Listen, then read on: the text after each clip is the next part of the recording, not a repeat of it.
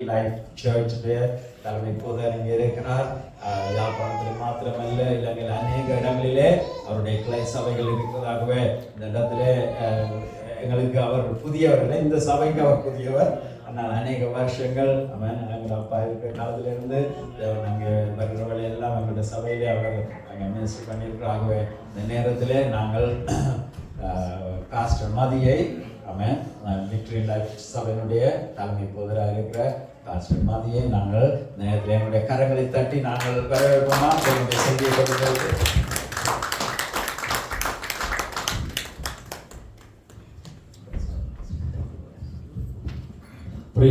கர்த்தருடைய எல்லா நாமத்துக்கும் மகிமை உண்டாகட்டும். தேவ கிருபையோடு நாங்கள் அமர்ந்து கொள்வோம். கர்த்தருடைய நாமத்தினாலே உங்கள் யாவரையும் இன்றைய நாளில் சந்திப்பது மிக மகிழ்ச்சி. நான் கர்த்தருக்கு மகிமையை செலுத்துகிறேன். கர்த்தர் உங்கள் மத்தியிலே என்னை கொண்டு வந்ததற்காக ஆமென், அல்லேலூயா. அதே போல இன்றைய நாள் தந்தையர் தினமாக இருக்கிறபடினால எல்லா தந்தையர்களுக்கும் கர்த்தராகிய இயேசு கிறிஸ்துவின் நாமத்தினால வாழ்த்துக்களை தெரிவித்துக் கொள்கிறேன். அல்லேலூயா. ஒரு பெரிய காரியம் என்னவென்றால், எனக்கும் உங்களுக்கும் எங்கள் எல்லாருக்கும் ஒரு பெரிய தந்தை இருக்கிறார். சொல்லுவோம் அல்லேலூயா. நாங்கள் எங்கெங்கேயோ இருந்தாலும் நாங்கள் எல்லாரும் நம்முடைய பரம பிதாவின் பிள்ளைகளாக இருக்கிறோம். ஆமென். அந்த பரம தந்தைக்கு ஒரு விசை கரங்களை தட்டி அவருடைய நாமத்தை நாங்கள் மகிமைப்படுத்துவோம். அல்லேலூயா. இந்த தந்தையர் தினத்துல அதே போல அதுக்கு அடுத்த ஒரு தந்தை இருக்கிறார்கள். அவர்கள்லாம் நம்முடைய ஆவிக்குரிய தகப்பன்மார். ஆமென். அவர்களும் மிக முக்கியமானவர்கள். அல்லேலூயா. எனவே கர்த்தர்களுக்கு கொடுத்த ஆவிக்குரிய தந்தைமார்களுக்காகவும் தேவனை நாங்கள் மகிமைப்படுத்துவோம். அல்லேலூயா.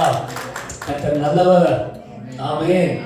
அதே போல எங்களை பெற்ற, எங்களை வளர்த்த ஆமென் எங்களுடைய தகப்பன்மார்கள் சில உள்ள உங்களுக்கு அருகிலே இருப்பார்கள். ஆமென். அவர்களுக்காகவும் நாங்கள் கர்த்தரை துதிப்போம். அல்லேலூயா. எனவே கர்த்தருக்கு மகிமை உண்டாகட்டும். அன்பான போதகர் கபிலன் போதகர் அவர்களுக்காக, இந்த திருச்சபையினுடைய போதகர் நர்மலன் போதகர் அவருடைய குடும்பத்தினருக்காக, அனைவருக்காகவும் கர்த்தரை ஸ்தோத்திரிக்கிறேன். கர்த்தருடைய ஆசீர்வதிப்பாராக. கர்த்தர் இந்த நாளில் உங்கள் மத்தியிலே கர்த்தருடைய வார்த்தையை கொடுக்கும்படிக்காக, அடியேன் கொடுத்த வாய்ப்புக்காக கர்த்தரை நான் கனப்படுத்துகிறேன். இன்றைய நாளிலும் கர்த்தருடைய வார்த்தையை நாங்கள் தியானிக்கும்படிக்காக, அதாவது எடுத்துக்கொண்ட தலைப்பு என்னவென்றால், தகப்பனோடு இணைந்த வாழ்வு ஒரு பெரிய ஆசீர்வாதத்தை நமக்கு கொண்டு வரும். அல்லேலூயா. யாரோட? தகப்பனுடன் இணைந்த வாழ்வு தேவனுடைய ஆசீர்வாதத்தை நம்முடைய வாழ்க்கையில கொண்டு வரும். ஆமென். அப்படியே இந்த சமூகத்தில் எங்களை ஒப்பு கொடுப்போம். அன்புள்ள பிதாவே, இந்த அழகான அற்புதமான இந்த நேரத்துக்காக நன்றி செலுத்துகிறோம். ஆண்டவரே, எங்கள் எல்லாரையும் அடியேனையும் உடைய கருத்துக்குள் ஒப்பு கொடுக்கிறோம். அப்பா ஆண்டவரே, உடைய அந்த ஜீவ வார்த்தைகளுக்காக ஸ்தோத்திரிக்கிறோம். எங்களை எல்லாரையும் அழிவில் நின்று ஆண்டவரை மீட்டெடுத்த, ஆண்டவரை நரக ஆக்கினைக்கு எங்களை தப்புவித்த அந்த ஜீவ வசனத்துக்காக உங்களை ஸ்தோத்தரிக்கிறோம். ஜீவ வார்த்தைகளுக்காக ஸ்தோத்தரிக்கிறோம்.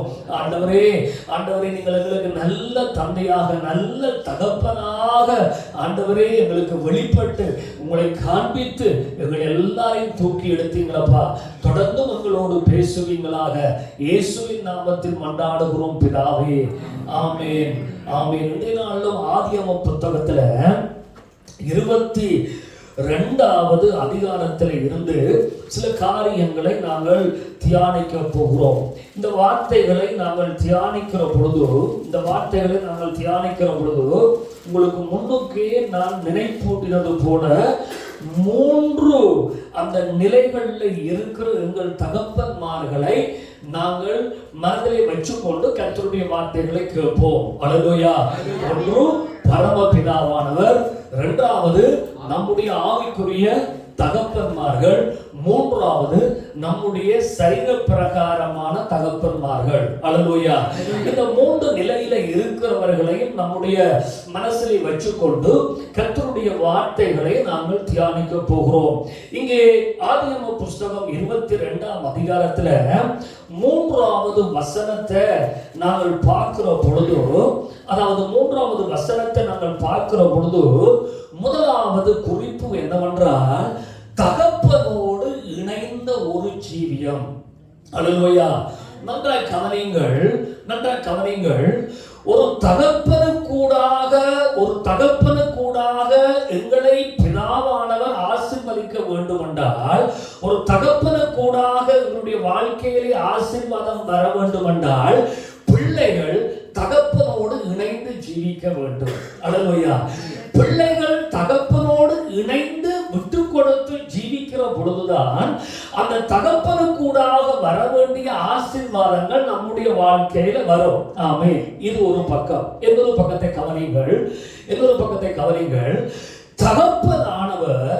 தகப்பனானவர் பிள்ளைகளை எப்பொழுதும் தன்னுடைய கொண்ட்ரோலுக்குள்ள, தன்னுடைய ஆளுகைக்குள்ள, தன்னுடைய கட்டுப்பாட்டுக்குள்ள பிள்ளைகளை தகப்பனானவர் எப்பொழுதும் வைத்துக் கொள்ள வேண்டும்.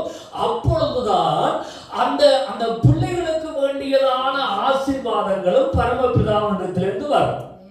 அல்லேலூயா. இந்த கண்ணோட்டத்துல நீங்கள் தொடர்ந்தும் கர்த்தருடைய வார்த்தைகளுக்கு செவி கொடுங்கள். என்ன இங்கே சொல்லப்பட்டிருக்கின்றால், ஆபிரகாம் அதிகாலையிலே எழுந்து, யாராவது வாசிக்க விரும்புறீங்களா? ஆபிரகாம் அதிகாலையில் எழுந்து தன் கழுதையின் மேல் சேணம் கட்டி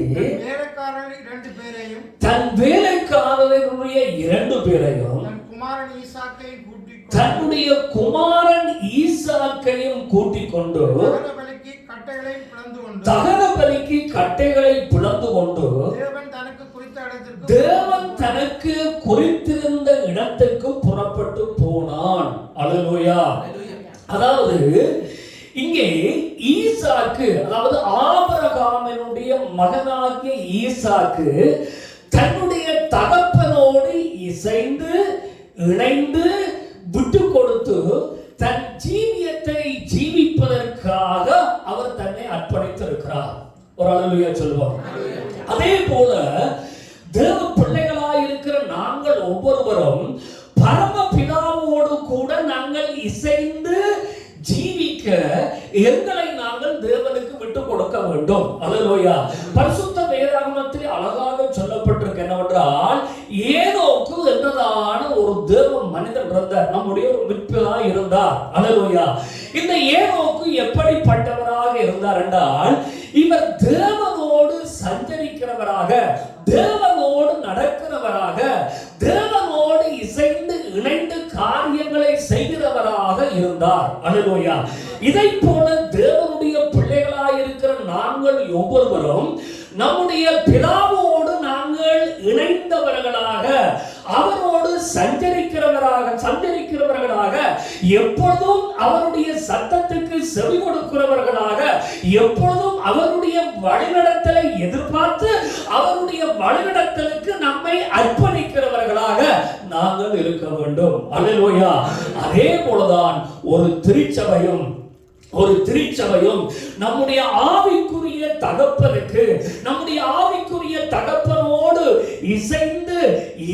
இணைந்து நம்முடைய ஆவிக்குரிய தகப்பனோடு நாங்கள் முரண்படாமல் நம்மை நாங்கள் அர்ப்பணித்து அந்த தகப்பனுக்கு நாங்கள் விட்டு கொடுக்கிற பொழுது அவர்கள் எங்களை அற்புதமாய் கர்த்தருடைய நித்திய ராஜ்யத்துக்கு ஏதுவாக எங்களை நடத்துவார்கள். அல்லேலூயா. அப்ப எனவே பிரியமான தேவ ஜனங்களே, இப்ப நன்றாக கவனிங்கள். இந்த ஈசாக்கினுடைய வாழ்க்கையிலே ஒரு பிரம்மாண்டமான ஒரு பெரிய ஆசீர்வாதம் வந்திருக்கிறது எல்லாருக்கும் தெரியும். ஆமென். அதை குறித்து நம்ம பின்னால பார்க்க போறோம். அப்ப இந்த ஈசாக்கினுடைய வாழ்க்கையில அங்கே அக்காலத்தில் இருந்த யாருமே அளவிட முடியாத ஒரு பெரிய நன்மை, ஒரு பெரிய ஆசீர்வாதம் வந்ததுக்கு காரணம் என்னவென்றால், இந்த ஈசாக்கு தகப்பனோடு இணைந்து வாழ தன்னை அர்ப்பணித்தார். அல்லேலூயா. அதே வேளையில தகப்பனும் தேவனுடைய சத்தத்தை கேட்டு அந்த தேவ சத்தத்தின் அடிப்படையிலே தன்னுடைய பிள்ளையை வளர்க்க வழிநடத்த அவரும் தன்னை ஒப்பு கொடுத்தார். ஆமென். எங்களுக்கு நன்றாய் தெரியும் அந்த அதிகாரமே உங்களுக்கு தெரியும். அந்த அதிகாரத்துல 1வது 2வது வாக்கியங்கள் கூட அப்படி சொல்லப்படுவது. என்ன சொல்லப்படுவதால், உன் நேசகுமாரன் என்றும் பாராமல் உன்னுடைய ஒரே புத்திரன் என்றும் பாராமல். அல்லேலூயா, அல்லேலூயா. அப்ப இப்படி எல்லாம் இருக்கிறபடினால ஒரே புத்திரன், ஒரே மகன், இப்படி எல்லாம் இருக்கிறபடினால ஆபிரகாம் சில வேளைகள்ல ஆபிரகாம் தன் மனசுல யோசிச்சிருக்கலாம், என்னுடைய ஒரே புத்திரன் தானே, என்னுடைய ஒரே பிள்ளை தானே, ஏன் இந்த பிள்ளையை கஷ்டப்படுத்துவான்? அல்லேலூயா. ஏன் இந்த பிள்ளைக்கு சிரமத்தை கொடுப்பான்? ஏன் இந்த பிள்ளைய இந்த பெரிய மலைக்கு, இந்த மோரிபா மலைக்கு இந்த பிள்ளைய சின்ன வயதுல ஏன் சிரமப்பட்டு என்ன செய்வான்? கொண்டு போவான். அல்லேலூயா. அப்ப இந்த பிள்ளையை சிரமப்படுத்தாம, இந்த பிள்ளைய அங்கே கஷ்டப்படுத்தாம அப்படியே விட்டுடுவோம், தேவனுடைய சத்தத்தை அப்படியே புறக்கணித்து விட்டுடுவோம் என்று ஆபிரகாம் சிந்தித்திருக்கலாம். ஆனால் ஆபிரகாம் அப்படி சிந்திக்கவில்லை. அல்லேலூயா. ஆபிரகாம் பரமபிதாவினுடைய சத்தத்துக்கு எப்பொழுதும் கட்டுப்பட்டவராய் தன்னை ஒப்புக் கொடுத்தார். ஆபிரகாம் ஒரு தகப்பன், ஒரு அல்லேலூயா சொல்லுவோம். ஆபிரகாம் ஒரு தகப்பன். ஆபிரகாம் ஒரு தகப்பனாய் இருந்தாலும் தன்னுடைய தகப்பனுடைய சத்தத்துக்கு எப்பொழுதும் அவருடைய செவிகள் என்னவா இருக்கு? திறந்திருக்கு. அல்லேலூயா. இந்த காலவளையில் இந்த ஆராதனை இருக்கிற உங்களுடைய வாழ்க்கையில், உங்களுடைய ஜீவியத்துல நீங்கள் தகப்பனாக இருக்கிறீர்கள், நீங்கள் தகப்பனாக இருந்தாலும் எப்பொழுதும் அந்த பரமபிதாவினுடைய சத்தத்துக்கு உங்களுடைய செவிகள் எப்பொழுதும் என்னவா இருக்க வேண்டும்? திறந்திருக்க வேண்டும். அல்லேலூயா. எனவே ஆபிரகாம் இத்தனை வருடங்களுக்கு பிறகு, உங்களுக்கு எங்கள் எல்லாருக்கும் தெரியும், இத்தனை வருடங்களுக்கு பிறகு கர்த்தர் இத்தனை காலங்களுக்கு பிறகு எனக்கு ஒரு குமாரனை கொடுத்திருக்கிறாரே, இத்தனை ஆண்டுகளுக்கு பிறகு தேவன் அற்புதத்தை செய்திருக்கிறாரே. அப்ப தேவன் இவ்வளவு காலத்துக்கு பிறகு கொடுத்த இந்த புத்திரனை என்னுடைய இஷ்டப்படி நடத்த எனக்கு உரிமை இல்லையா? நான் விரும்புகிற மாதிரி அவனை நடத்த எனக்கு உரிமை இல்லையா என்றெல்லாம் ஆபிரகாம் என்ன செய்யல? யோசிக்கல. அல்லேலூயா. ஆபிரகாம் எப்படி, ஆதியாகமம் புத்தகம் 12ஆம் அதிகாரத்துல ஆபிரகாம் எப்படி தேவனுடைய சத்தத்துக்கு செவி கொடுத்தாரோ, அதுல இருந்து அவருடைய ஜீவியம் முடியும் வரைக்கும் ஆபிரகாமுடைய வாழ்க்கையில இருந்த நம்முடைய முற்பிதாவுடைய வாழ்க்கையில இருந்த ஒரு சிறப்பான காரியம் என்றால், அவருடைய ஜீவியம் முடியும் வரைக்கும் அவருடைய செவிகள் கர்த்தரை நோக்கியே இருந்தது. அல்லேலூயா. தேவன் என்ன சொல்லுகிறார்? கர்த்தர் சொல்வார், புறப்பட்டு போ, அங்க புறப்பட்டு போய் வெயிட் பண்ணுவார். பெண் ஆண்டவர் சொல்வார், இங்க புறப்பட்டு போ, இங்க புறப்பட்டு போய் அங்க வெயிட் பண்ணுவார். பெண் தேவன் சொல்வார், இங்க புறப்பட்டு போ, பெண் தேவன் சொல்வார், இங்க புறப்பட்டு போ. அப்ப இந்த வாழ்க்கையில இருந்து என்னத்தை பார்க்கிறோம் என்றால், ஆபிரகாமுடைய செவிகள் தன்னுடைய பரம பிதாவினுடைய சத்தத்துக்கு எப்பொழுதும் ஏங்கி அவருடைய சத்தத்தை கேட்பதற்கு எப்பொழுதும் ஆயத்தமாக இருந்தது. அல்லேலூயா, அல்லேலூயா. நான் கிறிஸ்துவுக்குள்ள தேவனுக்குள்ள இருக்கிற பொழுது திருமணம் முடித்து 4 வருடங்கள் குழந்தை இல்லை. திருமணம் முடித்து 4 வருடங்கள் குழந்தை இல்லை என்னுடைய வாழ்க்கையில. அப்ப இப்படி இருக்கிறதுனால தேவனை பார்த்து நான் வெள்ளிக்கிழமையில என்ன செய்யறேன்னால், வெள்ளிக்கிழமையில ஆண்டவர் ஒரு குழந்தையை கொடுக்க வேண்டும் என்று ஜெபிக்க ஆரம்பித்தார். ஒவ்வொரு வெள்ளிக்கிழமையும் ஜெபிக்க அதுக்கு நேரம் ஒதுக்கி ஜெபிக்க ஆரம்பித்தார். இப்படி சில வெள்ளிக்கிழமைகள் நான் ஜெபித்துக் கொண்டு போகிற பொழுது எனக்குள்ளே ஒரு தேவனுடைய உணர்த்துதல் என்னென்றால், ஒரு விசுவாசத்தின் கிரிகையை செய்வோம். என்ன செய்வோம்? ஒரு விசுவாசத்தின் கிரியை செய்வோம் என்று போட்டு அப்படியே அந்த வெள்ளிக்கிழமை ஒவ்வொரு வெள்ளிக்கிழமையும் இந்த காரியத்துக்கு ஜெபித்துக் கொண்டிருக்கிற பொழுது என்னுடைய மனதில் ஒரு ஏவுதல், விசுவாசத்தில் ஒரு பேரை வைப்போம். அல்லேலூயா. ஆனால் குழந்தை இல்லை.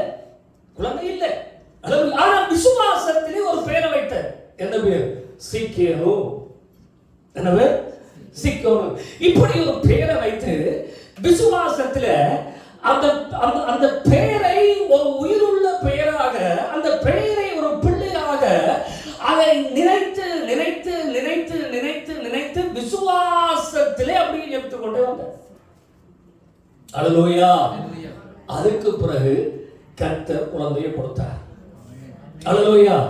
இப்படி தேவன் குழந்தையை கொடுத்தார். நாங்கள் ஜெபித்தோம், நான் உபவாசித்தேன், நான் விசுவாசித்தேன். தேவன் ஒரு குழந்தையை கொடுத்தார். இப்படி இந்த குழந்தை வளர்ந்து வந்து கொண்டிருக்கிற காலத்துல எனக்கு தெரியும் என்னுடைய பலத்தினால, என்னுடைய ஜெபத்தினால, என்னுடைய உபவாசத்தினால, என்னுடைய விசுவாசத்தினால கர்த்தர் இதை பார்த்து இந்த குழந்தையை கொடுத்திருந்தாலும் இந்த குழந்தையின் மேல எனக்கு என்ன இல்லை? உரிமை இல்லை. என்னது உரிமை இல்லை என்றால், என் விருப்பப்படி நடத்த, என்னுடைய இஷ்டத்தின்படி அந்த பிள்ளையை நடத்த எனக்கு என்ன இல்லை? உரிமை இல்லை. அப்ப அந்த பிள்ளையை நான் எப்படி நடத்த வேண்டும் என்று என்னுடைய செவிகள் என்னுடைய பரமபிதாவை நோக்கி என்ன செய்து சொல்ல பாப்போம்? ஏங்கிக் கொண்டிருக்கிறது. அல்லேலூயா. அப்ப இதே போல நீங்க ஆபிரகாமுடைய வாழ்க்கையில, நம்முடைய முற்பிதாக்களுடைய வாழ்க்கையில, ஆமென், 75 வருடங்களுக்கு பிறகு, அல்லேலூயா, அப்ப 75 வருடங்களுக்கு பிறகு தேவன் குழந்தையை கொடுத்திருந்தாலும் ஆபிரகாமுடைய தந்தையினுடைய அந்த அணுகுமுறைகள், அந்த செயல்பாடுகள் மூலமாக நாங்கள் என்னத்தை பார்க்கிறோம் என்றால், அவருக்கு தேவன் குழந்தையை கொடுத்திருந்தாலும் அந்த குழந்தையின் மேல அவர் தான் விரும்புகிற மாதிரி நடத்துவதற்கு அவர் அந்த அதிகாரத்தை எடுத்துக்கொள்ளவே இல்லை. அல்லேலூயா. ஈசா இந்த தன்னுடைய மகனை குறித்து தேவனுடைய திட்டம் என்ன? தன்னுடைய பிள்ளையை குறித்து தேவனுடைய சித்தம் என்ன? இந்த பிள்ளையை எப்படி வளர்த்தால் இந்த பிள்ளையினுடைய எதிர்காலம் நல்லா இருக்கும், இந்த பிள்ளையை எப்படி கொண்டு போனால் இந்த பிள்ளையின் மேல் தேவனுடைய ஆசீர்வாதம் அங்கே வர்ஷிக்கப்படும், இவைகள்ல தான் நம்முடைய முற்பிதாவாகிய ஆபிரகாம் தன் கவனத்தை செலுத்தினார். அல்லேலூயா. அப்ப அதனால பிள்ளைகளாக இந்த இடத்துல இருக்கிறவர்கள், ஆமென், பிள்ளைகளாக இந்த இடத்துல இருக்கிறவர்கள், உங்களுடைய அப்பாவுக்கு உங்களை நீங்கள் என்ன செய்யுங்கள்? விட்டுக் கொடுங்கள். ஆமென். உங்களுடைய அப்பாவோடு உங்களை இணைத்து விடுங்கள். உங்களுடைய அப்பா உங்களை வழிநடத்த, உங்களுடைய அப்பா உங்களுக்கு வேண்டிய அறிவுரைகளை கூற, உங்களுடைய அப்பா உங்களை சுமந்து கொண்டு போக, உங்களுடைய அப்பா சரியான பாதையிலே உங்களை கொண்டு போக நீங்கள் அவர்களுக்கு விட்டுக் கொடுங்கள். அல்லேலூயா. அதே போல தகப்பனாக இருக்கிறவர்கள், ஆவிக்குரிய தகப்பனாக இருக்கிறவர்களும் சரீர பிரகாரமான தகப்பனாகவும் இருக்கிறவர்கள், நீங்கள் உங்களுடைய பிள்ளைகளை கர்த்தருடைய பிரமாணத்தின்படி, கர்த்தருடைய சித்தத்தின்படி வளர்த்தெடுக்க நீங்கள் உங்களை ஒப்புக்கொடுங்கள். ஏனென்றால் நீங்கள் அப்படி செய்கிற பொழுது உங்களுக்கு பின்னாலே ஒரு பெரிய ஆசீர்வாதம் உங்கள் சந்ததியின் மேல வர இருக்கிறது. அல்லேலூயா. அல்லேலூயா. அப்ப அதனால சில வேளைகள்ல இங்க அதிகம் அப்படி இல்லை. ஆனால் எங்களுடைய இலங்கை தேசங்கள்ல, இந்திய தேசங்கள்ல பார்த்தால் இன்றைக்கு தகப்பன்மார் பிள்ளைகளை நடத்துவதிலே தயங்குகிறார்கள். அல்லேலூயா. ஒன்றுமே சொல்ல முடியாமல் இப்படி செய், அப்படி செய், அல்லது இங்க போ, இப்படி வா என்று எதையுமே அவர்கள் சொல்ல முடியாதபடிக்கு தங்களுடைய மனசுக்கு இல்ல, தங்களுடைய பிள்ளைகளுக்கு சொல்ல வேண்டிய காரியங்கள் இருந்தாலும் அந்த பிள்ளைகளை குறித்த தயக்கத்தினால என்ன செய்கிறார்கள்? சொல்லுகிறார்கள். அல்லேலூயா. இதே போலதான் ஆவிக்குரிய தகப்பன்மார்களும், ஆமென், ஆவிக்குரிய தகப்பன்மார்களும் தேவனுடைய பிள்ளைகளுக்கு, சபை மக்களுக்கு சில அறிவுரைகளை சொல்ல நேரிடும். சில காரியங்களை கர்த்தர் வெளிப்படுத்துவார், சில காரியங்களை கர்த்தர் உணர்த்துவார். அப்படி எல்லாம் தேவன் உணர்த்துகிற பொழுது அந்த அறிவுரைகளை சொல்லுவதற்கு அவர்களுக்கு தயக்கம். என்ன தயக்கம் என்றால், சில வேளைகளை விசுவாசி இன்னொரு சபைக்கு, எங்கட சபை விட்டு என்னோடத்துக்கு போயிடுவேன். அல்லேலூயா. இன்றைக்கு தகப்பனும் சரீர பிரகாரமான தகப்பன்மாரும் ஒரு இக்கட்டான நிலைமையில் இருக்கிறார்கள். பிள்ளை வீட்டை விட்டு போயிடும். அல்லேலூயா. அல்லது பிள்ளை ஏதாவது வேதனைப்படும், இல்ல பிள்ளை ஏதாவது சஞ்சலப்படும். அதே போல ஆவிக்குரிய தகப்பன்மாரும் இதே. அல்லேலூயா. அதனாலதான் கவனிங்கள், அதனாலதான் இந்த ஈசாக்கை போல ஈசாக்கு எப்படி தகப்பனோடு தன்னை இணைத்து விட்டானோ, தகப்பன் தன்னை நடத்துவதற்கு தன்னை விட்டுக் கொடுத்தானோ, தகப்பன் தன்னை நடத்துவதற்கு ஏதுவாய் தன்னுடைய மனசை, தன்னுடைய மனநிலைமை எப்படி அவன் பக்குவப்படுத்திக் கொண்டானோ, அதே போல நாங்களும் அல்லேலூயா எங்களுடைய தகப்பன்மார்கள் எங்களை நடத்த, எங்களுடைய இருதயங்களை பக்குவப்படுத்தி நாங்கள் எங்களை இணைத்து இசைத்து விடுகிற பொழுது நிச்சயம் அதுக்கு பின்னால ஒரு பெரிய ஆசீர்வாதம் இருக்கு. அல்லேலூயா. எனவே கர்த்தருக்கு மகிமை உண்டாகட்டும். இவ்விதமாய் இந்த இந்த ஆபிரகாமுடைய மகன் அப்படியே தன்னை தகப்பனோடு இணைத்து விட்டார். ஆமென். சில வேளைகள்ல இப்பொழுது இதை சொல்லுவதற்கு சில வேளையில இலகுவா இருக்கும். ஆனால் அந்த தகப்பனோடு இணைத்து விட்ட அந்த மகனுடைய வாழ்க்கையில அவன் எத்தனையோ தன்னுடைய சில வேளை மகிழ்ச்சியான காரியங்களை எல்லாம் என்ன செய்ய வேண்டி வரும். அவைகளை எல்லாம் இழந்து, அவைகளை எல்லாம் மறந்து, அல்லேலூயா, அங்க போகணும், இங்க போகணும், அது செய்யணும், இது செய்யணும், இங்க விளையாடணும், அங்க போகணும், இப்படி எல்லாம் சில காரியங்கள் இருக்கு. ஆனால் அவைகளை பொருட்படுத்தவில்லை. என்னத்தை இலக்காக கொண்டார் என்றால் என் தகப்பனோடு என்ன செய்ய வேண்டும், இணைந்து. அல்லேலூயா. அப்ப எனவே இங்கே இருக்கிற பிள்ளைகளும் சபை மக்களும் நாங்கள் நம்முடைய தகப்பன்மாரோடு எங்களை இணைத்து விடுகிற பொழுது அது நம்முடைய வாழ்க்கையில பின்னால பெரிய ஒரு நன்மையை கொண்டு வரும். ஆமென். இரண்டாவது காரியம், அந்த அதிகாரத்திலேயே இரண்டாவது காரியம் என்னவென்றால், நாங்கள் வாசிப்போம் 9வது வசனத்தை வாசிப்போம். தேவன் ஆபிரகாமுக்கு சொல்லியிருந்த இடத்துக்கு அங்கே தேவனுடைய மனிதன் ஒரு பலிபீடத்தை உண்டாக்கி கட்டைகளை அடுக்கி தன் குமாரனாகிய ஈசாக்கை கட்டி அந்த பலிபீடத்தின் மேலே அடுக்கின கட்டைகளின் மேல அவனை கிடத்தினான். அல்லேலூயா. இரண்டாவது காரியம் என்னவென்றால் நாங்கள் நம்முடைய பரமபிதாவுக்கு முன்பாக நாங்கள் எங்களை முற்றிலும் பலியாக ஒப்பு கொடுக்க வேண்டும். ஆமென். அதே வேளையில இந்த ஆபிரகாமுடைய தகப்பனை போல, ஆபிரகாம் ஆகிய தகப்பனை போல நம்முடைய பிள்ளைகளை தேவனுக்கு நாங்கள் முற்று கொடுக்க என்னவாக விட வேண்டும், ஒப்பு கொடுக்க வேண்டும். அல்லேலூயா. இங்க கவனிங்கள். ஏன் விட்டுக் கொடுக்க வேண்டும் என்றால், ஏன் ஆபிரகாமை போல நாங்கள் நம்முடைய பிள்ளைகளை தேவனுக்கு ஒப்பு கொடுக்க வேண்டும் என்றால், அதற்கு பின்னால ஒரு தேவனுடைய பெரிய ஆசீர்வாதம் இருக்கு. ஆமென். இங்க கவனிங்கள். இப்பொழுது ஆபிரகாம் ஈசாக்கினுடைய வாழ்க்கையிலே கர்த்தர் பொருளாதார ஆசீர்வாதங்களை, பண ஆசீர்வாதங்களை, சந்ததி ஆசீர்வாதங்களை, அல்லது அவருடைய உயர்வு, அவருடைய ஸ்தானம் என்ற ஆசீர்வாதங்களை ஆபிரகாம் இப்பொழுது கண்களினால காணல. ஆமென். எங்களுக்கு தெரியும் ஆபிரகாம் விசுவாசத்தின் தந்தை. வேற வார்த்தை சொல்கிறது, அங்கே நம்முடைய விசுவாசமானது நம்பப்படுகிறவைகளின் உறுதியும் காணப்படாதவைகளின் நிச்சயமாக இருக்கிறது. நம்முடைய ஜெபமே காணப்படாதவைகளின் நிச்சயமாக இருக்கிறது. நம்முடைய விசுவாசமே அப்படியாக இருக்கிறது.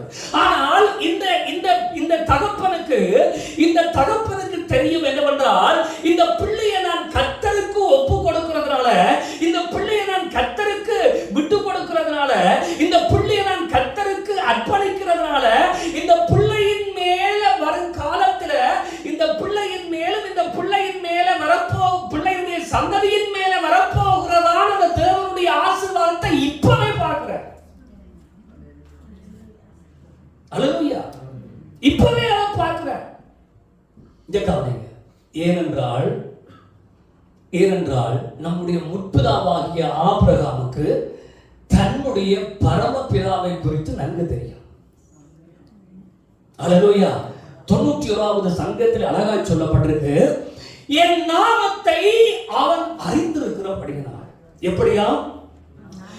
என் நாமத்தை அறிந்திருக்கிறபடியினால்.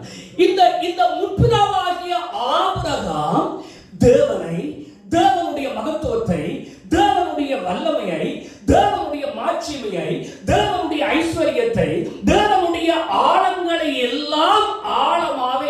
கொண்டவர் அறிந்து கொண்டார். அல்லேலூயா. அப்படி இந்த தேவ மனிதனுக்குள்ளே தேவ அறிவு இருந்தபடியினால், தேவனை குறித்த அறிவு இருந்தபடியினால், தேவன் சகலத்தையும் நன்மைக்கு ஏதுவாகவே செய்வார் என்றதான அறிவு இருந்தபடியினால், தேவன் எப்பொழுதும் அதிசயங்களை அற்புதங்களை தேவன் செய்கிறார் என்ற அறிவு இருந்தபடியினால், அந்த பரமபிதா ஒருபொழுதுமே எனக்கு தீங்கு செய்ய மாட்டார், அந்த பரமபிதா எனக்கு இறங்குவார், அந்த பரமபிதா செய்கிற காரியம் எல்லாம் சரியா இருக்கும், அந்த பரமபிதா என்னை வழிநடத்துகிற விதம் சரியா இருக்கும், அந்த பரமபிதா எனக்கு கொண்டு சொன்னால் அதற்கு பின்னாலே அவர் எனக்கு ஒரு பெரிய நன்மையை வைத்திருக்கிறார் என்றதான அறிவு ஆபிரகாமுக்குள்ளே இருந்தது. அல்லேலூயா. அது மட்டுமல்ல, இந்த கவனிங்க, எப்படி பரமபிதாவை குறித்த ஒரு தெளிவான அறிவு எப்படி ஆபிரகாமுக்குள்ள இருந்ததோ, அதே அறிவு ஈசாக்குக்குள்ள இருக்கு ஆபிரகாமை குறித்து. ஒரு அல்லேலூயா சொல்லுங்க. அல்லேலூயா. அதே அறிவு இந்த மகனுக்குள்ள இருக்கு. என்ன இந்த மகனுக்குள்ள இருக்குன்னா, அவருக்கு இந்த மகனுக்கு தெரியும் என்னுடைய அப்பா என்னை ஒப்பு கொடுக்கிறார் என்றால் அதுக்கு பின்னால ஒரு பெரிய ரகசியம் இருக்கு. என்னுடைய அப்பா என்னை அர்ப்பணிக்கிறார் என்றால் அதுக்கு பின்னால பெரிய ஒரு நன்மை இருக்கு. என்னுடைய அப்பா இந்த காரியத்தில் என்னை சிரமப்படுத்துறார் என்றால் அதுக்கு பின்னால ஒரு பெரிய கொடை இருக்கு. அல்லேலூயா. அப்ப இந்த பிள்ளை தன்னுடைய தகப்பனை குறித்து நல்ல தெளிவான அறிவு இருக்கு. சில பிள்ளை இந்த காலத்துல பிள்ளைகளுக்கு அப்பா அம்மாரை பற்றி என்ன சொல்லுவாங்க, அக்கறை அறிவு இல்லை. சில அப்பா என்னத சொன்னாலும் இதன் தீங்குக்கு சொல்றாரா, என்ன விருப்பம் இல்லை என்று சொல்றாரா, ஏதாவது என்ன குறித்து அவருக்கு மனதில் ஏதாவது ஐயப்பாடு இருக்கா? இப்ப பிள்ளைகள் சில வேளை அப்படி யோசிப்பாங்க. அல்லேலூயா. ஆனால் இந்த பிள்ளைக்கு தெரியும், எப்படி ஆபிரகாம் என்ற தகப்பன் பரமபிதாவை குறித்து ஒரு பெரிய அறிவுள்ளவராக இருந்தாரோ, அதே போல இவனும் தன் தகப்பனை குறித்து பெரிய அறிவுள்ளவனாக இருந்தார். அதுவும் கவனிங்கள், உங்களுடைய ஆவிக்குரிய, அதாவது அது உங்களுடைய சரீரமான தகப்பன்மார் கிறிஸ்துவை ஏற்றுக்கொண்டவர்களாக இருக்கிறபடினால் இன்னும் அதிகமாக உங்களை என்ன செய்ய வேண்டும், விட்டுக் கொடுக்க வேண்டும். ஆமென். ஏன் அதை சொல்றேன்டால், 13 வயதுல நான் வீட்டை விட்டு ஓடிட்டேன். எத்தனை வயசுல? 13 வயசுல ஓடிட்டேன். என்னுடைய அப்பா இயேசுவை ஏற்றுக்கொள்ளல. அந்த நேரத்தில் நானும் இயேசுவை ஏற்றுக்கொள்ளல. அப்ப அப்பா இயேசுவை ஏற்றுக்கொள்ளாதபடினால துன்மார்க்கத்தனமான வாழ்க்கை. எப்படி? துன்மார்க்கத்தனமான வாழ்க்கை. குடி குடி குடி குடி சண்டை, குடி சண்டை. அல்லேலூயா. இப்படி இதனால எங்களுக்கும் போட்டு அடி சின்ன வயசுல. அப்ப அதனால 13 வயதுல வீட்டை விட்டு ஓடி போயிட்டேன். என்ன சொல்ல என்றால், இந்த இடத்துல இருக்கிற பிள்ளைகளுடைய அப்பாக்கள் அப்படிப்பட்டவர்கள் அல்ல. அவர்கள் தேவனால் மீட்கப்பட்டவர்கள், மறுபடி பிறந்தவர்கள், இந்த பரிசுத்த வேதாகமத்தை இரவும் பகலும் தியானிக்கிறவர்கள். அதனால நீங்கள் தைரியமாய் அவர்கள் சொல்லுவதற்கு என்ன செய்ய வேண்டும்? செவிசாய்க்க வேண்டும். அல்லேலூயா. அவ்விதமாகத்தான் நம்முடைய ஆவிக்குரிய தகப்பன்மார்கள். ஆமென். அப்ப இப்படி இந்த பிள்ளை தன்னுடைய தகப்பனுக்கு தன்னை அர்ப்பணித்தது ஒருபுறம் இருக்க, இந்த தகப்பனும் தன் பிள்ளையை என்ன செய்தார்? ஒப்பு கொடுத்தார். அல்லேலூயா. இன்னைக்கு சபையில குழந்தை பிறந்தால் 8ஆம் நாளோ அல்லது 1 மாதம் கடந்தோ பிள்ளைகளை கொண்டு வந்து என்ன செய்வார்கள்? பிரதிஷ்டை பண்ணுவார்கள். அல்லேலூயா. அழகாய் அந்த காரியங்கள் என்ன செய்யப்படும், நடக்கும். அழகாய் கொண்டு பாஸ்டர் இன்றைக்கு இந்த பிள்ளைய பிரசவம் பண்ணணும் என்று சொல்லி எல்லாம் அழகா நடக்கும். ஆனா அதற்கு பிறகு இந்த பிரச்சனைக்கு பிறகு பிள்ளையை ஒப்பு கொடுத்து ஜெபித்ததற்கு பிறகு அந்த பிள்ளையுடைய ஜீவியத்தை பார்த்தா தேவனுக்கும் பிள்ளைக்கும் சில பிள்ளை என்னவா இருக்காது, சம்பந்தமே இருக்காது. அல்லேலூயா. ஆனா இந்த ஆபிரகாமை பார்க்கிற பொழுது இந்த ஆபிரகாமை பார்க்கிற பொழுது ஆபிரகாம் பிள்ளையை அப்படியே தேவனுக்கு என்ன செஞ்சார் சொல்லுவாங்க, அப்படியே ஒப்பு கொடுத்தார். ஆமென். நீங்க பாருங்க வேதாகமத்துல எங்க கவனிங்க, ஆபிரகாம் சரி, ஈசாக்கு சரி, யாக்கோபு சரி, தாவீது சரி, ஆமென், யோசேப்பு சரி, சில முற்பிதாக்களை பார்த்தீங்கன்னா தெரியும், அவர்கள் எல்லாம் எப்படி பரமபிதாவுக்கு தங்களை ஒப்பு கொடுத்தார்களோ அதே போல தங்களுடைய பிள்ளைகளையும் பரமபிதாவுக்கு என்ன செய்தார்கள், ஒப்பு கொடுத்தார்கள். அதனால அவர்களுடைய பிள்ளைகளுடைய ஜீவியம் எல்லாம் என்னவா இருந்தது, பலம் நிறைந்ததாய் ஆசீர்வாதம் உள்ளதாய் இருந்தது. அல்லேலூயா. அப்ப இப்படி ஆபிரகாம் தன்னுடைய மகனை 9வது வசனத்துல ஒப்பு கொடுக்கிற பொழுது அந்த மகனும் தன்னுடைய தகப்பனுடைய விருப்பத்துக்கு, தகப்பனுடைய திட்டத்துக்கு, தகப்பனுடைய சித்தத்துக்கு தன்னை என்ன செய்தார், ஒப்பு கொடுத்தார்.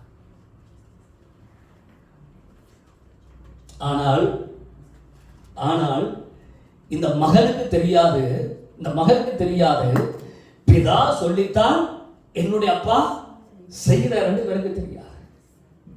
அல்லேலூயா. இந்த காரியத்துக்காக பிதாதான் என்னுடைய தகப்பனை வழிநடத்துகிறார் என்று யாருக்கு தெரியாது, மகனுக்கு தெரியாது. அல்லேலூயா.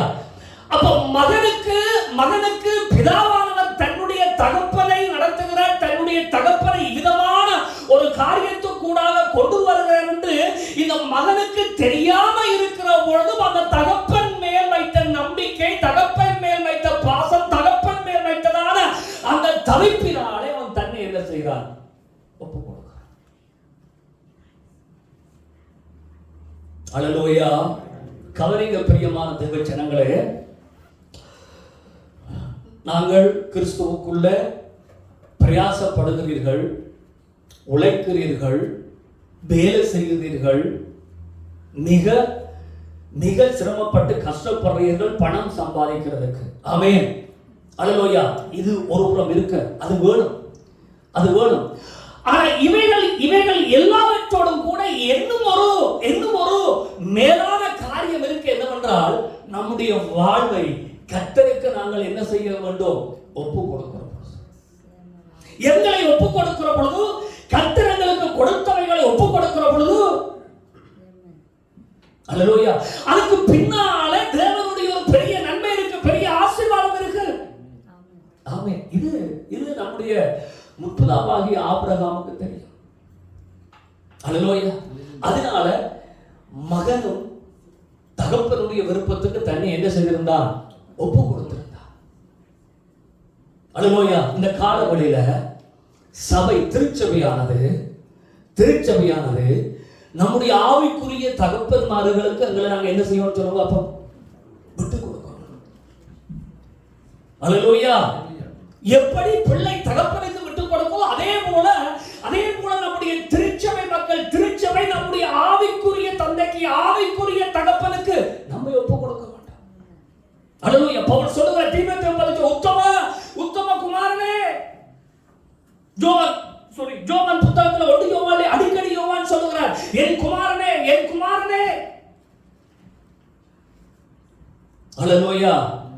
அப்ப திருச்சபையானது நம்முடைய ஆவிக்குரிய தந்தைகளுக்கு, நம்முடைய ஆவிக்குரிய தகப்பனுக்கு எங்களை நாங்கள் கீழ்ப்படுத்துகிற பொழுது நிச்சயம் அது எங்களுடைய வாழ்க்கையில ஆசீர்வாதத்தை கொண்டு வருது.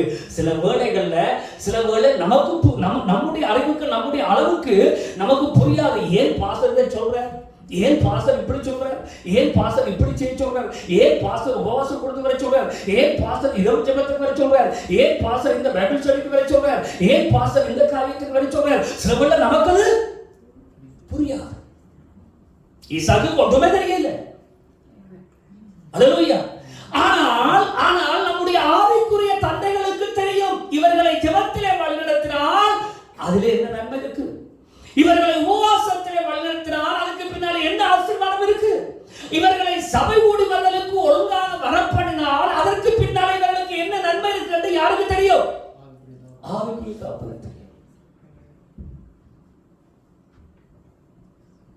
ஒரு அல்லேலூயா சொல்லுவாங்க. அப்ப எனவே ஆபிரகாம் எப்படி தன்னுடைய ஒரே புத்திரனை தேவனுடைய சித்தப்படி ஒப்பு கொடுத்தானோ அதே போல இங்க இருக்கிற தகப்பன்மார்களும் ஆவிக்குரிய தகப்பன்மார்களும் நாங்களும் எங்களுக்கு கீழே உள்ளவர்களை கர்த்தருக்கு என்ன செய்யணும்னு சொல்ல பார்ப்போம், ஒப்பு கொடுக்க வேணும். ஆமென். அப்படி ஒப்பு கொடுக்கிற பொழுது அங்கே தேவன் பெரிய காரியங்களை செய்வார். அல்லேலூயா. ஏனென்றால் ஆபிரகாமுக்கு பின்னாலேயும் ஆபிரகாமுடைய குமாரனுக்கு பின்னாலேயும் ராஜாதி ராஜா சர்வ வல்லமை உள்ள தேவன் அவர்களுக்கு பின்னாலே இருக்கிறார். அல்லேலூயா. அப்படி அவர்களுக்கு பின்னாலே அந்த தேவன் இருக்கிறபடினால் ஒரு பொழுதும், நன்றாய் கவனிங்க, ஒரு பொழுதும் அந்த பரமபிதா கைவிடவே என்ன செய்ய மாட்டார். அல்லேலூயா. ஒரு பொழுதுமே சிலவழி ஆபிரகாம் கூட சரித பிரகாரம் ஒரு பக்கம் ஆவிக்குரிய பக்கமாக ஆபிரகாம் அங்கே தேவன் மேல விசுவாசம் வைத்து, நான் என்னுடைய புத்திரனை கொண்டு ஒப்பு கொடுக்க போறேன், ஒப்பு கொடுக்கிற பொழுது சில வேளை புத்திரன் மறிக்கத்தானே போகிறான் என்று அவன் சரித பிரகாரமாக சில வேளை மனக்கவலைப்பட்டாலும் ஆனா ஆவிக்குரிய ரீதியில் ஒரு விசுவாசமும் தைரியம் இருந்தது என்றால் என் தேவன் அற்புதம் செய்வார். அவர் என்னை விட்டு விலக மாட்டார். என்னை குறித்து தேவனுக்கு இருக்கிற திட்டத்தில் இருந்து தேவன் மாற மாட்டார். கவனிங்க. இந்த செயல் ஆபிரகாமினுடைய இந்த செயலும் ஈசாக்கினுடைய இந்த செயலும் நம்முடைய தேவனுடைய ஒரு பெரிய அற்புதத்தை அங்கே விளங்கல் பண்ணுகிறது. அல்லேலூயா. ஒரு பொழுதும் இணைந்து ஜீவிக்கிறதையும் தகப்பனோடு இணைந்து ஜீவிக்கிறதையும் தகப்பன் எங்களை ஒப்புக் கொடுக்கிற பொழுது எங்களை நாங்கள் அர்ப்பணிக்கிறதையும் நாங்கள் உதாசீனப்படுத்தவே கூடாது. ஏனென்றால் அதற்கு பின்னால ஈடு இணையில்லாத ஒரு பெரிய ஆசீர்வாதம் இருக்கு. ஏனென்றால் அவர் வானத்தையும் பூமியையும் படைத்தது. அல்லேலூயா. சகலவற்றையும் அவர் கீழ்ப்படுத்தி ஆளுகை செய்கிற தேவன். அல்லேலூயா. ஆகையால் இங்கே இந்த மகனுடைய தகப்பன் தேவனுடைய சத்தம். யாருடைய சத்தம்? தேவனுடைய சத்தம். ஆமென். ஒவ்வொரு தகப்பன் மகன் சில வீடுகள்ல தகப்பனுடைய ஸ்தானத்துல தாய் கூட இருப்பார்கள். தகப்பனுடைய ஸ்தானத்துல தாய் இருப்பார்கள். சில பொழுது மூத்த அண்ணனை பார்த்து சொல்லுவார்கள், இவர்கள்லாம் எங்களுடைய தகப்பன் என்று சொல்லுவார்கள். அல்லேலூயா. அப்படி அந்த நிலைகள்ல இருக்கிற ஒவ்வொருவரும் உங்களுடைய செவிகள் தேவனை நோக்கியே இருக்க வேண்டும். ஆமென். இங்கே இவன் தேவனுடைய வார்த்தை நமக்கு தெரியும். இவன் தன்னுடைய புத்திரனை கொண்டு போகிற பொழுது, அங்கே மோர்வ மலைக்கு கொண்டு போகிற பொழுது யாருடைய மனுஷ சத்தத்துக்கும் என்ன செய்ய சொல்லுங்க, செவியை சாய்க்க. அல்லேலூயா. யாருடைய மனுஷ சத்தத்துக்கும் செவியை சாய்க்கவில்லை. அவருடைய செவிகள் எல்லாம் தேவன் என்ன சொல்லுகிறார், தேவன் என்ன சொல்லுகிறார், தேவன் என்ன சொல்லுகிறார். ஆமென். ஒரு அப்பாவும் மகனும் ஒரு கழுதையை கொண்டு கழுதையை பிடித்துக் கொண்டு நடந்து போனார்கள். அப்பாவும் மகன் கொஞ்சம் தூரம் நடந்து போகிற பொழுது ஒருவர் வந்து சொன்னார். என்ன சொன்னார் என்றால், ஏன் இந்த சின்ன பையனை நடத்தி கூட்டிக் கொண்டு போற, ஏன் இந்த சின்ன பையனை நடத்தி கூட்டிக் கொண்டு போற, அது கழுதை சும்மாதானே, ஒரு சுமையும் இல்லையே, இந்த பையனை தூக்கி கழுதையின் மேலே என்ன செய், ஏற்றி விடு. சரி, தகப்பன் யோசிச்சு பார்த்தாரோ, அது சரி, கழுதையின் மேலே ஏற்றி விட்டார். அப்படியே மகன் கழுதையின் மேலே இவர் பின்னால் நடந்து போய் கொண்டிருக்கிறார். கொஞ்ச தூரம் போக இன்னொருவர் வந்தார். அவர் வந்து, நீ வயசு போனத்தில் நீ ஏன் நடந்து போகிற, அவன் சின்ன பையன் தானே, சரி, அவரும் யோசித்தார். சரி, அதுவும் சரியா இருக்கு. சரி, மகள் இறக்கி போட்டு இவர் கழுதையின் மேல் ஏறினார்.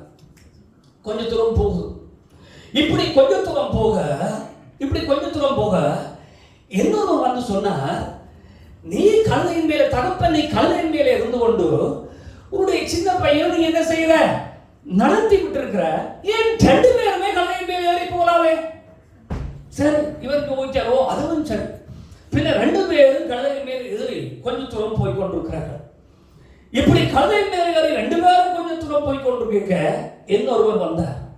இன்னொருவர் வந்து சொன்னார், இந்த வாய் பேசாத மிருகத்தின் மேல, இந்த வாய் பேசாத மிருகத்தின் மேல நீங்க 2 பேரும் ஏறி இருந்து அதை கஷ்டப்படுத்துறீங்களே, உங்களுக்கு ஒரு மனச்சாட்சியே இல்லையே, ஏன் இந்த மிருகத்தை கஷ்டப்படுத்துறீங்க என்று சொன்னார். இவர் அதையும் யோசிச்சு பார்த்த, அதுவும் சரி. 2 பேரும் இறங்கி கழுதையை திரும்ப முதல் நடந்தது போல திரும்பவும் கழுதையை நடக்க விட்டார்கள். என்னவென்றால் நாங்கள் எப்பொழுதும் அக்கம் பக்கங்களுடைய சத்தத்துக்கு செவிசாய்க்க வலிக்கிறோமோ, எப்படி அண்ணா சொல்லிட்டார், மாமா சொல்லிட்டார், மச்சான் சொல்லிட்டா, அண்ணி சொல்லிட்டா, எப்படி நாங்கள் அக்கம் பக்கங்களுடைய சத்தங்களுக்கு நாங்கள் செவிசாய்க்க வலிக்கிறோமோ, அப்பொழுது நம்முடைய பரமபிதாவினுடைய சத்தத்தின் படி நாங்கள் என்ன செய்ய முடியாது, ஜீவிக்க முடியாது.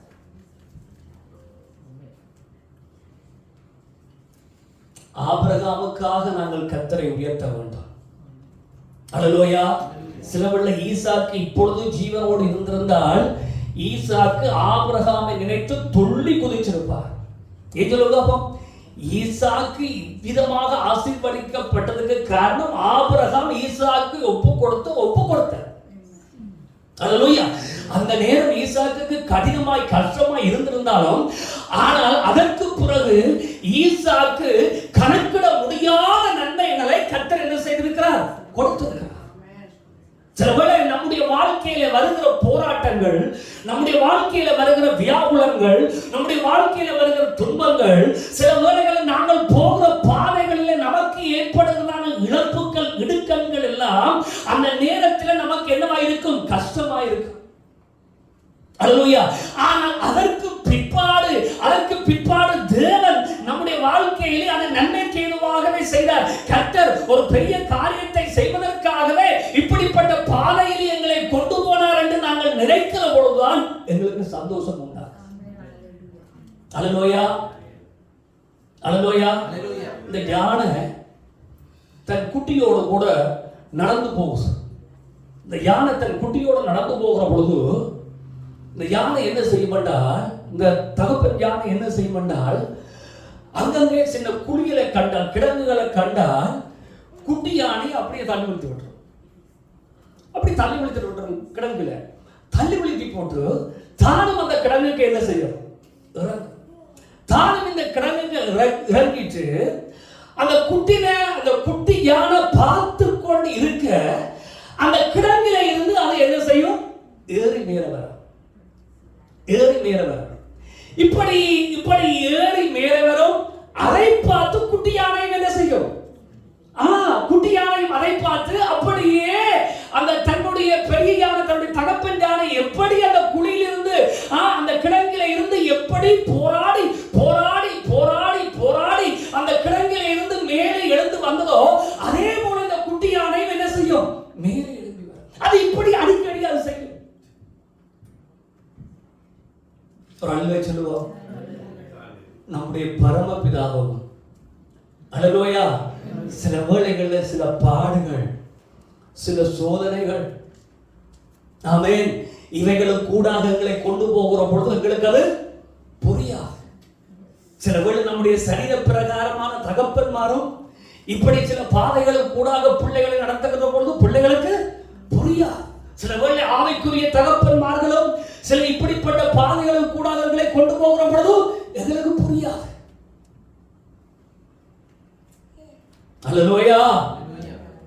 அல்லேலூயா. இங்கே ஆபிரகாம் ஈசாக்கை இப்படிப்பட்டதான ஒரு உபத்திரவத்தின் பாதைக்குள்ள, இப்படிப்பட்டதான ஒரு வியாகுலம் நிறைந்த பாதைக்குள்ள, இப்படிப்பட்டதான ஒரு நிலைக்குள்ளே கொண்டு போகிற பொழுது ஈசாக்கு அதை என்ன செய்ய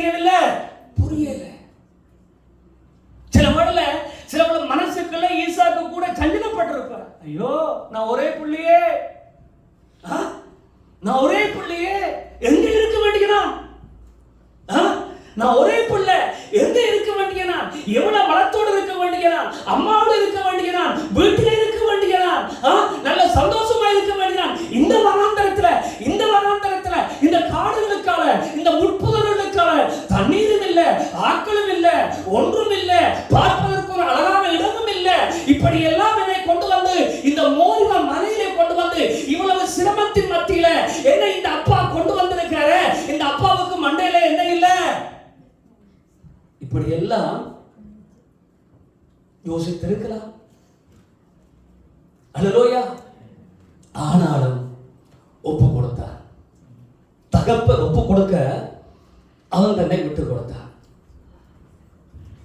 தேவ பிள்ளைகள் நம்முடைய வாழ்க்கையில, நம்முடைய ஜீவியத்துல இப்படிப்பட்ட சில வேதனைகள், வியாகுலங்கள், துன்பங்கள் வருகிற பொழுது ஒரு பொழுதும் தேவனை பார்த்து நாம் என்ன செய்யக்கூடாது, முறையிடவோ ஆதங்கப்படவோ சஞ்சலப்படவோ, அல்லேலூயா, அப்படி நாங்கள் செய்யவே கூடாது. நாங்கள் விசுவாசத்திலே இருக்க வேண்டும்.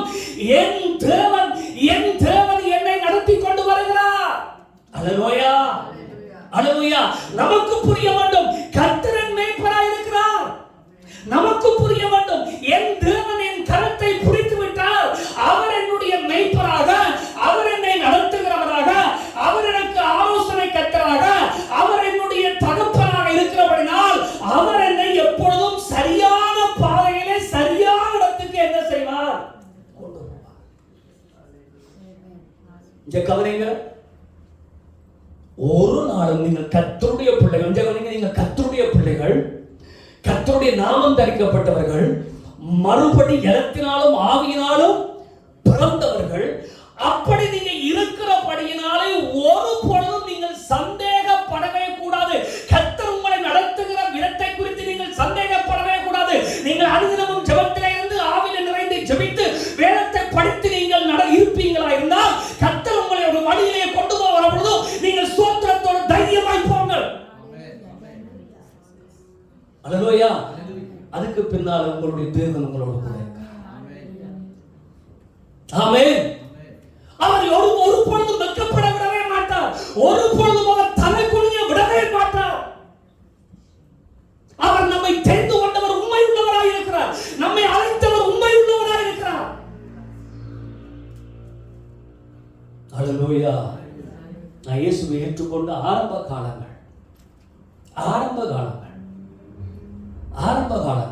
மிகுந்த பாடுகள், மிகுந்த வியாகுலங்கள். அதாவது வேதம் கூட எனக்கு பெருசாக தெரியாத காலங்கள். எத்தனை பாடுகள், எத்தனை சிறை வாசங்கள், சிறை இருப்புகள், எத்தனை அவமானங்கள், எத்தனை நிந்தைகள். என் மனதுக்குள்ள வெளியில சொல்ல முடியல. என் மனதுக்குள்ள போராட்டம். ஏன் இப்படி எல்லாம் ஏன்? அல்லேலூயா. ஏன் இப்படி எல்லாம்? ஆனால் இப்ப எனக்கு புரிகிறது. இதுல ஒரு 100 தரம் துள்ள வேண்டும் என்றாலும் அதை நினைச்சு நான் இப்ப துள்ளுவேன். இப்ப எனக்கு புரிகிறது, கர்த்தர் என்னை உயர்த்துவதற்காக, என்னை ஆசீர்வதிப்பதற்காக, என்னை மேன்மைப்படுத்துவதற்காக, அது மாத்திரமல்ல என்னுடைய ஜீவன் எனக்குள்ள இருக்க வேண்டும் என்பதற்காக கர்த்தர் அந்த பாதையை கொண்டு போனார். அல்லேலூயா. இல்லாட்டில் செம்மணி சிந்து பாத்தி அந்த மயானத்துல என்னுடைய எலும்பும் ஒரு எலும்பாக இருந்திருக்கு. அல்லேலூயா. அப்ப தேவன் நல்லவர். எல்லாரும் சொல்லுங்க, தேவன் நல்லவர், தேவன் பெரியவர். ஆமென். அவருடைய பிள்ளையாக நான் இருக்கிறபடினால அவர் என்னை எந்த வழியிலே கொண்டு போனாலும் அந்த வழியின் முடிவிலே எனக்கு ஒரு பெரிய நன்மை இருக்கு. ஆனா இடையில கொஞ்சம் என்ன செய்யும், சஞ்சலமா இருக்கும். ஆனா அந்த நேரத்தில் தான் இயேசு கிறிஸ்து ஏசாயா 53ஆம் அதிகாரத்தில் சொல்லப்பட்டபடி வாசித்த நெஞ்ச கவனிங்கள், மயிர் கத்தரிக்கிறவனுக்கு முன்பாக அவர் சத்தம் போடாதிருக்கிற ஆட்டை போல இருந்தார். ஒரு அல்லேலூயா சொல்லுங்கள். அவர் சத்தம் போடாத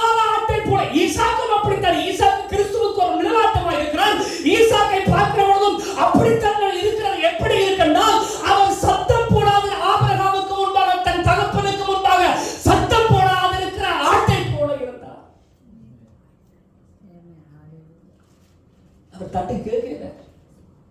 இப்பெல்லாம் சொல்லுங்க, நான் பாசரை தட்டி கேட்டேன், நான் அப்பா அப்படியே இல்லை, அப்பாவை நான் தட்டி கேட்டேன். இப்ப எல்லாரும் சொல்லுங்க, அப்படித்தான் சொல்லுங்க. புரியுது? அல்லேலூயா. நான் முடியல, நான் அப்பா முடியல, நான் அப்பாவை தட்டி கேட்டேன். என்ன நியாயத்தை அப்பாட்ட தட்டி கேட்டேன், நான் பாசர்கிட்ட தட்டி கேட்டேன். ஆனா ஈசாக்கு எப்படி இருந்தா சொல்லு பாப்போம், அப்படியே அமைதியாக இருந்தார். அல்லேலூயா. ஏன்? ஈசாக்குக்கு தெரியும் தன்னுடைய தகப்பனாகிய ஆபிரகாம் எப்படிப்பட்டவர். ஆமென். ஈசாக்குக்கு தெரியும் என்னுடைய தகப்பனாகிய ஆபிரகாம் ஒரு பொழுதும் எனக்கு தீங்கு இழைக்க அவர் விடமாட்டார். இந்த ஆபிரகாமுக்கு தெரியும் என்னுடைய பரமபிதா ஒரு பொழுதும் தீமையான ஒரு காரியத்தை எனக்கு செய்ய மாட்டார். அவருக்கு பரமபிதாவை குறித்த அறிவு, இவருக்கு தன்னுடைய தகப்பனாகிய ஆபிரகாமை குறித்த அறிவு. அதனால எப்படி இருந்தார்கள்? மௌனமாக இருந்தார்கள்.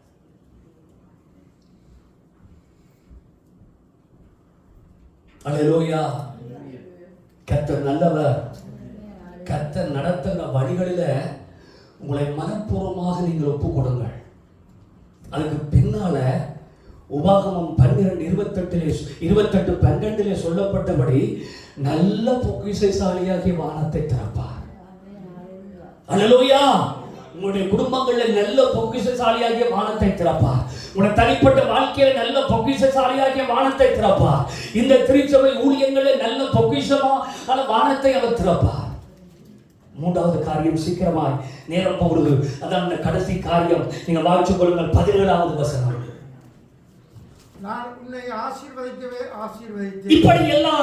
இப்படியெல்லாம் ஆபிரகாம் தன் மகனை அங்கே வழிநடத்தி கொண்டு வந்ததனாலும், தன்னுடைய மகன் தன் தகப்பனுக்கு தன்னை இணைத்து விட்டதனாலும், ஆபிரகாம் தன்னுடைய புத்திரனை கர்த்தருக்கு ஒப்பு கொடுத்ததனாலும், இப்பொழுது கர்த்தர் சொல்லுகிற காரியம் என்னவென்றால், நான் உன்னை ஆசீர்வதிக்கவே ஆசீர்வதித்து உன் சந்ததி வானத்து நட்சத்திரங்களைப் போலவும் கடற்கரை மணலைப் போலவும் என்ன செய்வேன்? பெருகவே பெருக பண்ணுவேன். கவனிங்கள், உன் சந்ததியார் உன் சத்துருக்களின் வாசல்களை சுதந்தரித்துக் கொள்வார்கள். நீ என்னுடைய சொல்லுக்கு கீழ்ப்படிந்தபடினால் உன் சந்ததிக்குள் பூமியில் உள்ள சகல ஜாதிகளும் என்ன செய்யப்படுவார்கள்? ஆசீர்வதிக்கப்படுவார்கள். அல்லேலூயா. அல்லேலூயா. அப்ப இதுதான் இந்த பெரிய ஒரு பிரம்மாண்டமான ஒரு விஸ்தாரமான ஒரு பெரிய ஆசீர்வாதத்தை பெறுவதற்கு தான் ஆபிரகாம் தன் பிள்ளை என்ன செய்யார் சொல்லுங்க பாப்போம், ஒப்பு கொடுத்தார். ஆபிரகாமுக்கு தெரியும் என் தேவன் பெரியவர். அல்லேலூயா. என் தேவன் பெரியவர். ஆமென். அதனால நீங்கள் உங்களுடைய பிள்ளைகளை கர்த்தருக்கு ஒப்பு கொடுக்கிற பொழுது, நீங்கள் உங்களுடைய பிள்ளைகளை கர்த்தருக்கு விட்டு கொடுக்கிற பொழுது, உங்களுடைய வாழ்க்கையிலும் உங்களுடைய பிள்ளைகளுடைய வாழ்க்கையிலும் பிள்ளைகளுடைய சந்ததிகளுடைய வாழ்க்கையிலும் தேவன் பெரிய ஒரு ஆசீர்வாதத்தை கட்டளையிடுவார். அல்லேலூயா. அதனாலதான் எபேசியர் 6 நினைக்கிறேன், எபேசியர்ல கூட சொல்லப்படுகின்றால், உன் தகப்பனை கனம் பண்ணுவாயாக. ஈசாக்கு தன் தகப்பனை கனம் பண்ணினார். அந்த கனம் பண்ணின ஒரு செயல்லாம் மௌனமாயிருந்தார். அல்லேலூயா. பிள்ளைகள் தகப்பனை கனம் பண்ண வேண்டும். சபை மக்கள் ஆவிக்குரிய தகப்பனை கனம் பண்ண வேண்டும். நாங்கள் எல்லாரும் சேர்ந்து பரமபிதாவை என்ன செய்ய வேண்டும்? கனப்படுத்த வேண்டும். அல்லேலூயா. அப்ப சந்ததி பெருகும். உன் சத்துருக்களை சுதந்தரித்துக் கொள்வீர்கள். உன் சந்ததிக்குள் ஏனைய ஜனங்கள் எல்லாம் ஆசீர்வதிக்கப்படுவார்கள். அது மாத்திரமல்ல, நீங்கள் சீக்கிரமாய் ஆதியாகமம் 27:38 வசனத்தை வாசி நாங்கள் ஜெபத்துக்குள்ளே கடந்து போவோம். இது ஒரு மிக முக்கியமான வசனம். ஆதியாகமம் 27:34-38 வாசியுங்கள். 38 வாசியுங்கள். ஏசா தன்னுடைய தகப்பனுடைய வார்த்தைகளை கேட்டு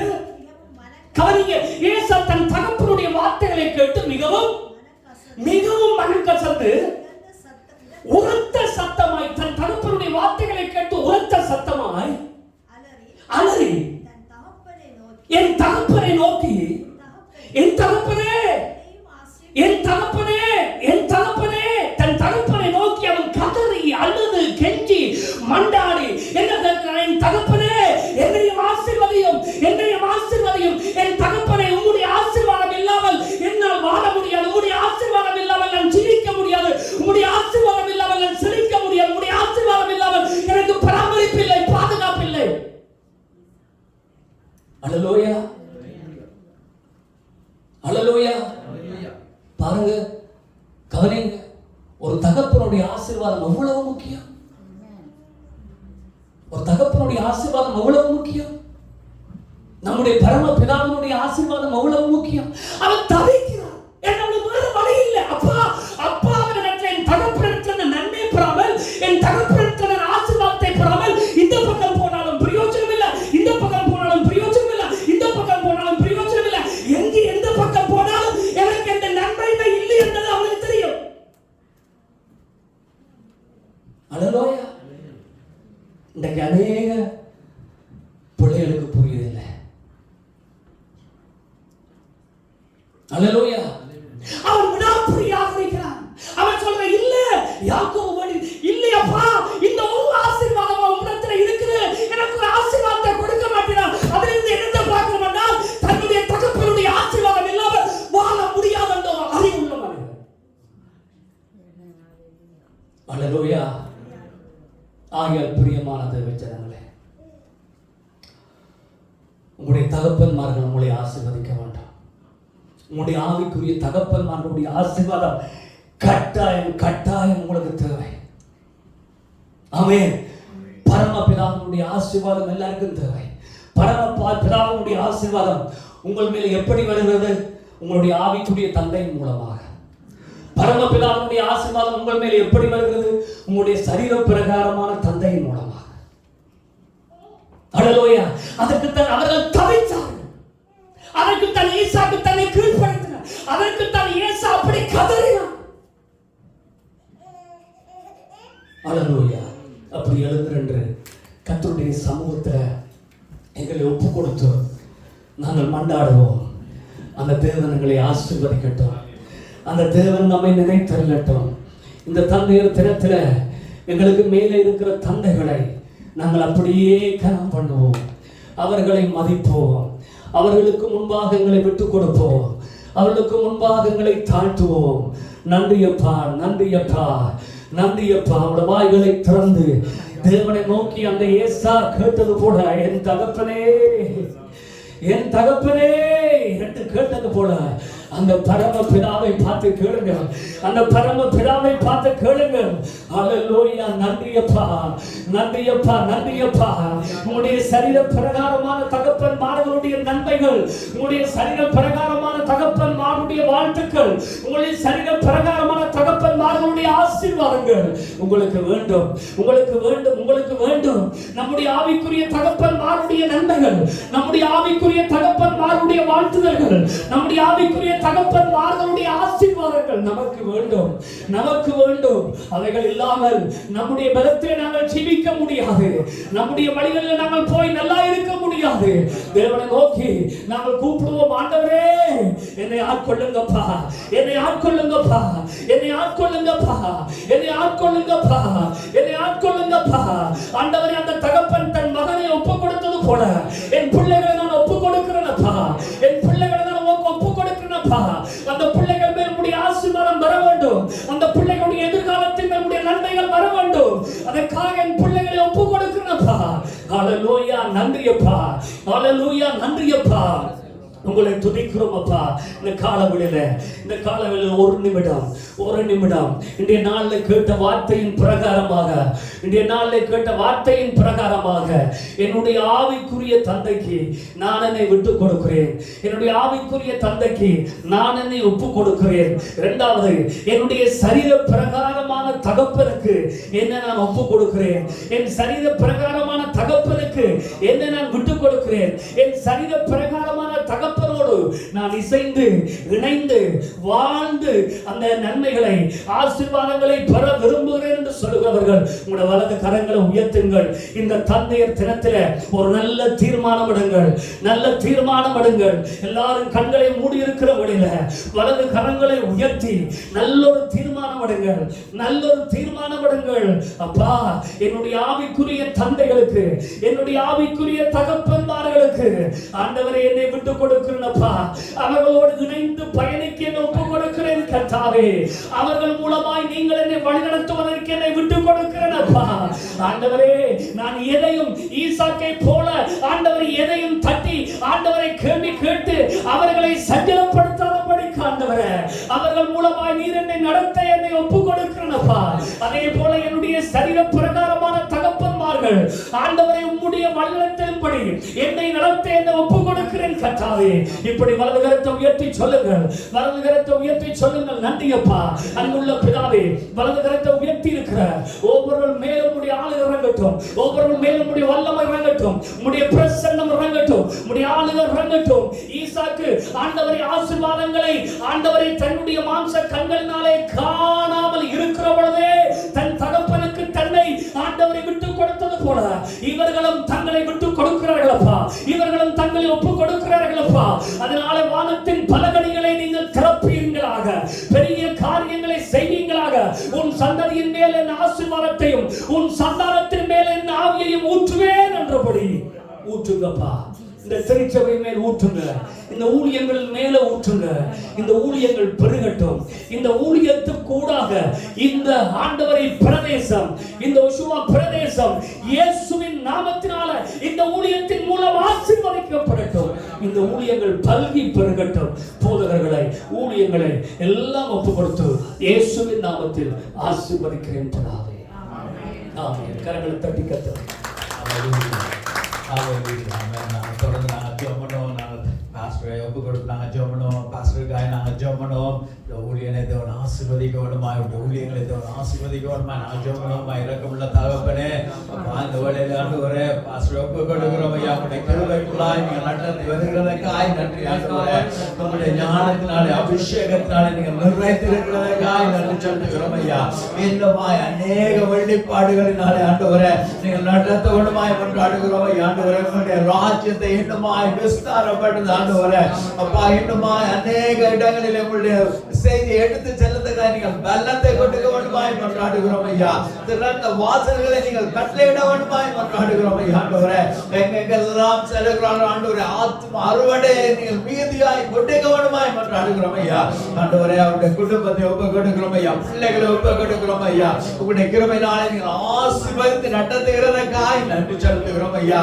உங்களுடைய கிருபையினாலே அநேக சந்ததிகளை காணத்தக்கதாக நீங்கள் கிருபை செய்கிறதற்காய் நன்றி செலுத்துகிறோம் ஐயா. உங்களுடைய தயவு கூட இருக்கட்டும் ஆண்டவரே. அப்பா, விட்டு வந்த சபை ஒவ்வொன்றையும் ஒப்பு கொடுக்கிறோம் ஆண்டவரே. உங்களுடைய கிருபையினாலே நிறைத்து ஆண்டவரே இன்னும் அநேகரை அப்பா புதிதாய் அநேக ஆத்மாக்கள் இங்கிருந்து போகிற வேளையில அநேகரை காணத்தக்கதாக நீங்கள் கிருபை செய்ய வேண்டுமாய் கொண்டாடுகிறோம் ஐயா. உங்களுடைய கிருபை பெரியது, ஆசீர்வதித்து நடத்த வேண்டுமாய் இயேசுவின் நாமத்திலே ஜெபிக்கிறோம். ஆமென். நாங்கள் இனிமாய் தொடர்ந்து நாங்கள் இருக்கிற ஒவ்வொருவரையும் நாங்கள் ஒப்பு கொடுத்து நாங்கள் ஜெபம் பண்ணுவோம். என்னென்ன தேவைகள் இருக்கிறது